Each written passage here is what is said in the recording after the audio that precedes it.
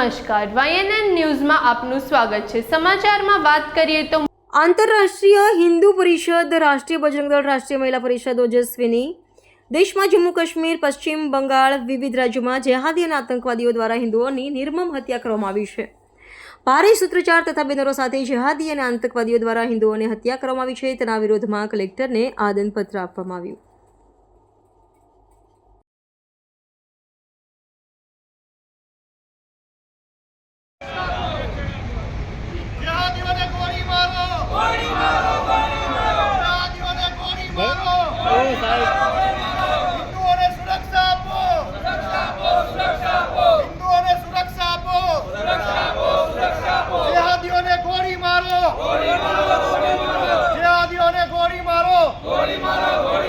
જય શ્રી રામ।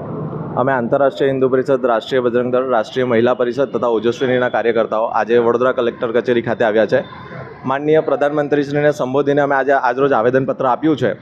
કાશ્મીરમાં પહેલગામમાં જે રીતે હિન્દુઓને ધર્મ પૂછીને ગોળી મારવામાં આવી છે, તો ક્યાંક ને ક્યાંક દેખાઈ રહ્યું છે કે સરકારો વાત કરે છે કે ધર્મનો કોઈ આતંકવાદનો કોઈ ધર્મ નથી હોતો, પરંતુ શા માટે ધર્મ પૂછીને ગોળીઓ મારવામાં આવે છે? અને સરકાર પણ આ બાબતમાં ખૂબ જ નિષ્ફળ નીકળી છે।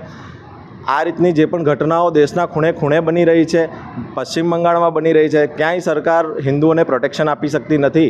ત્યારે અમારી માંગણી સાથે અમે લઈને આવ્યા છે કે ભારતીય સેનાને તથા પોલીસ જવાનોને ખુલ્લી છૂટ આપવામાં આવે। આતંકવાદને ડામવા માટે જો ગોળી મારવી પડતી હોય તો એ પણ કરવામાં આવે।